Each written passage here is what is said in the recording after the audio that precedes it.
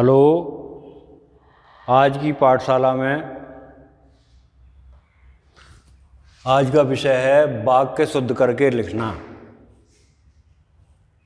तो वाक्य व्याकरण की दृष्टि से जो वाक्य ठीक तरह से लिखा जाए उसको शुद्ध वाक्य कह सकते हैं, और जो जिनके शब्दों को आगे पीछे करके लिखा जाए वो अशुद्ध वाक्य कहलाते हैं। यानी क्रमबद्ध तरीके से लिखी गई कोई पंक्ति वो शुद्ध वाक्य कहलाती है, और अक्रमबद्ध तरीके से लिखी गई कोई पंक्ति वो अशुद्ध वाक्य कहलाती है। कभी कभी शब्दों को लेकर पे भी भ्रम हो जाता है, जैसे खाई और खाई, ये दो शब्द हैं, तो इस खाई का प्रयोग कहाँ होता है, इस खाई का प्रयोग कहाँ होता है। तो मैं आपको बताता हूँ, जहाँ पर क्रिया की बात आती है, जैसे मैंने रोटी खाई, तो मैंने क्या किया, मैंने क्रिया की, तो क्रिया करने के कारण ये खाई आएगा। और इस खाई का प्रयोग अगर यदि हम करें, बस खाई में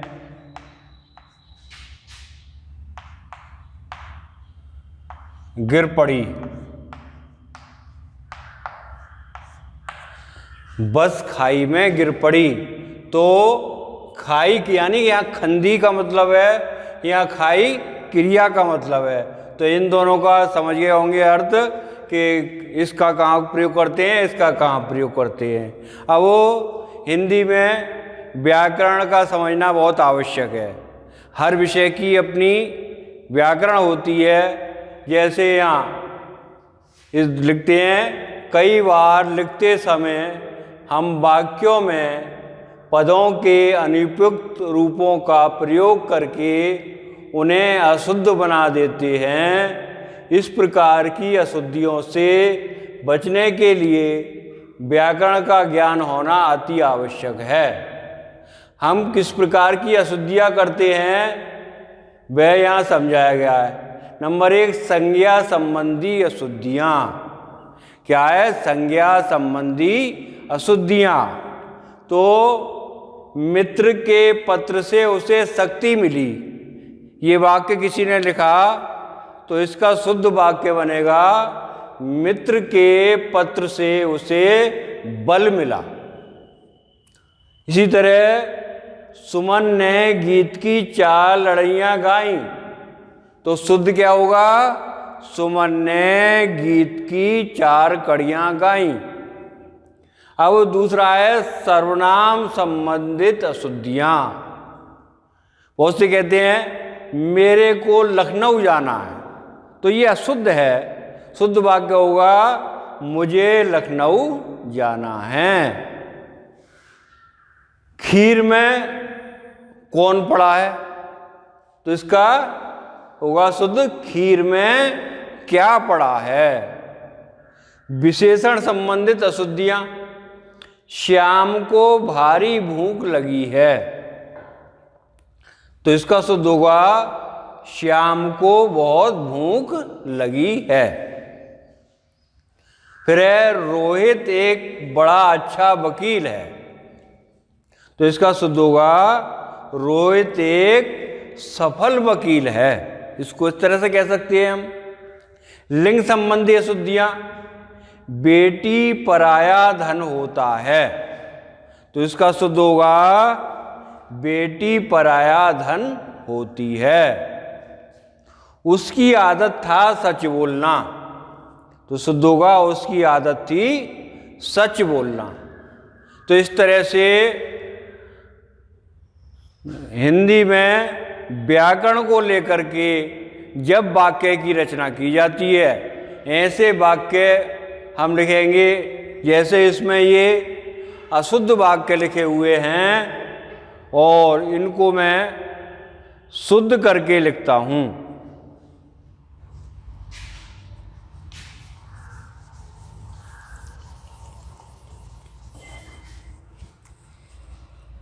मैंने अनेकों बार यात्रा की है, तो यहां आएगा मैंने अनेक बार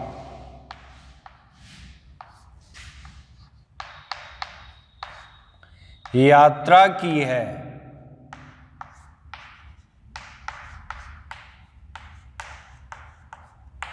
फिर है 4 कानपुर के व्यक्ति बोले, तो ये अशुद्ध लिखा हुआ है, तो यहां से आएगा कानपुर के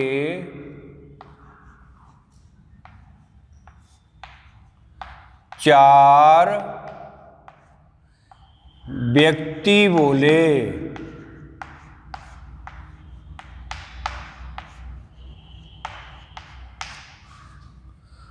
फिर अगला है फलो फूलो, तो कोई चीज होती है पहले फूल आता है और जब फल लगता है, तो इसको अपने आप भी शुद्ध कर सकते हैं, ये मान करके कि पहले किसी वृक्ष पर फूल आता है और जब फल आता है, तो इस तरह से फूलो फल होगा। एक फूलों की माला खरीदो, तो एक फूल की माला नहीं बन सकती, तो यहां होगा फूलों की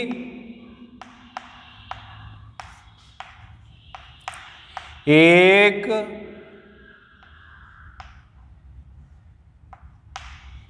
माला खरीदो। उसने पीठ पर घूंसा दिया, तो इसका शुद्ध होगा उसने पीठ पर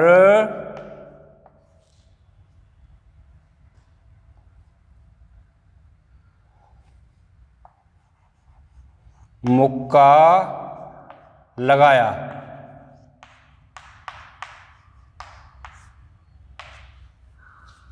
मुक्का की जगह घूंसा भी यहां लिख सकते हैं। वह पगड़ी ओढ़कर चला गया, तो वह इसका होगा वह पगड़ी बांधकर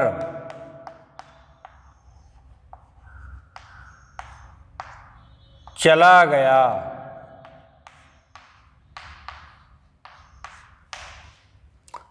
नौजवान युवकों को दहेज प्रथा हटानी चाहिए, तो यहाँ नौजवान भी है, नौजवान में युवक छुप रहे हैं और ये युवक है, तो डबल हो गए ये, तो इसको इस तरह से लिखेंगे नौजवानों को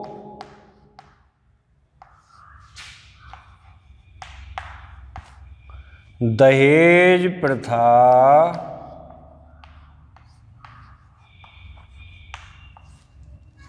हटानी चाहिए।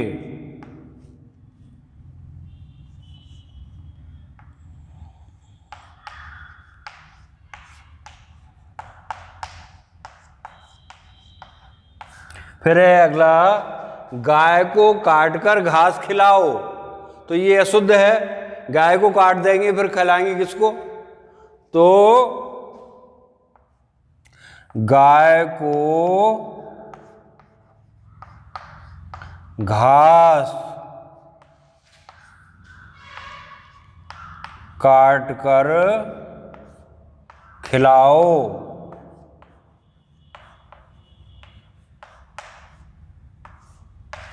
इस तरह इस समय मदन की आयु 30 वर्ष है, तो इसको लिखेंगे इस समय मदन की अवस्था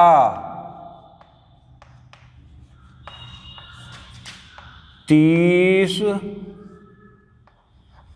वर्ष है। फिर अगला, भगत सिंह का देश सदा आभारी रहेगा। तो भगत सिंह सम्मान कर रहे हैं हम उनका, तो पहले देश का नाम आएगा, देश भगत सिंह का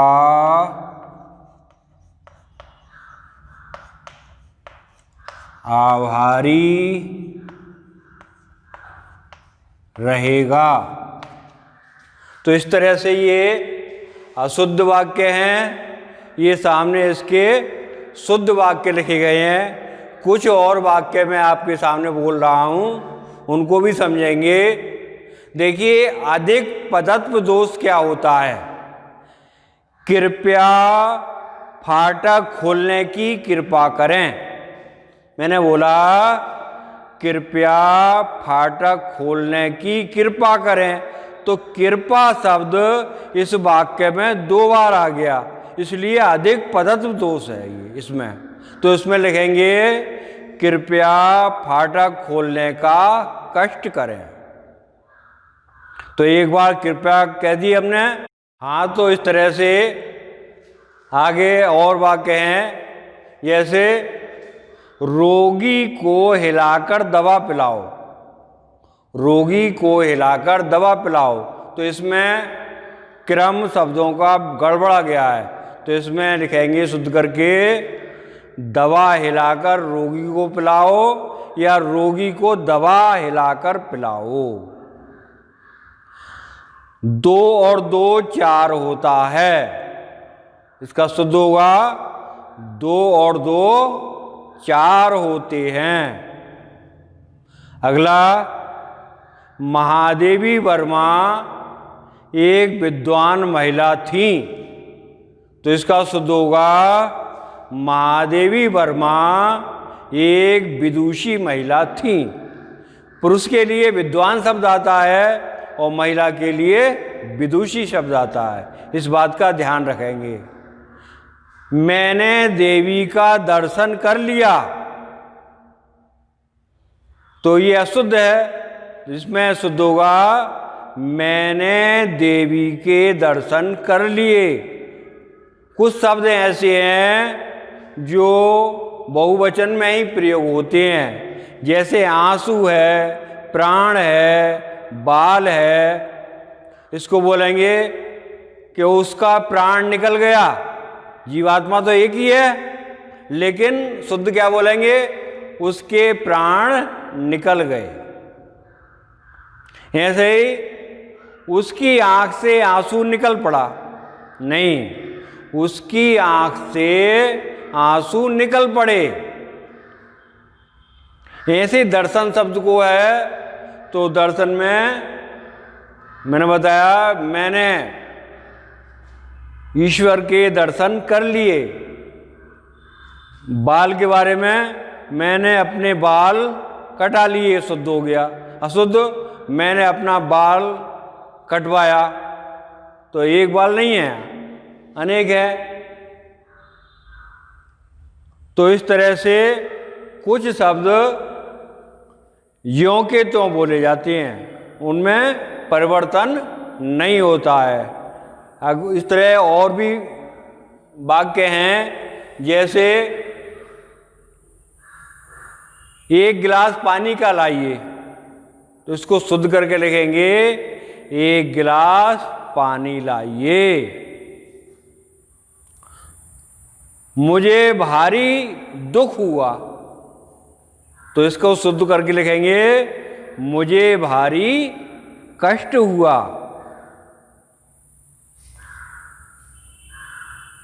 हाँ, जैसे कल हमारे देश के भूतपूर्व राष्ट्रपति प्रणब मुखर्जी जी का देहांत हो गया, तो उसमें वाक्य मैंने समाचार सुना कि हमारे देश के भूतपूर्व प्रधानमंत्री का प्राण निकल गया, तो ये अशुद्ध है। तो प्राण निकल गया नहीं, प्राण निकल गए, क्योंकि प्राण को बताया मैंने, ये बहुवचन में प्रयोग होता है। तो इस तरह से ये अशुद्ध वाक्यों को शुद्ध करना, किस तरह से व्याकरण की दृष्टि से हम इसको शुद्ध करते हैं, ये आपको समझाया है इस वीडियो में। शेष अगली वीडियो में दूसरे विषय के साथ मिलते हैं। धन्यवाद।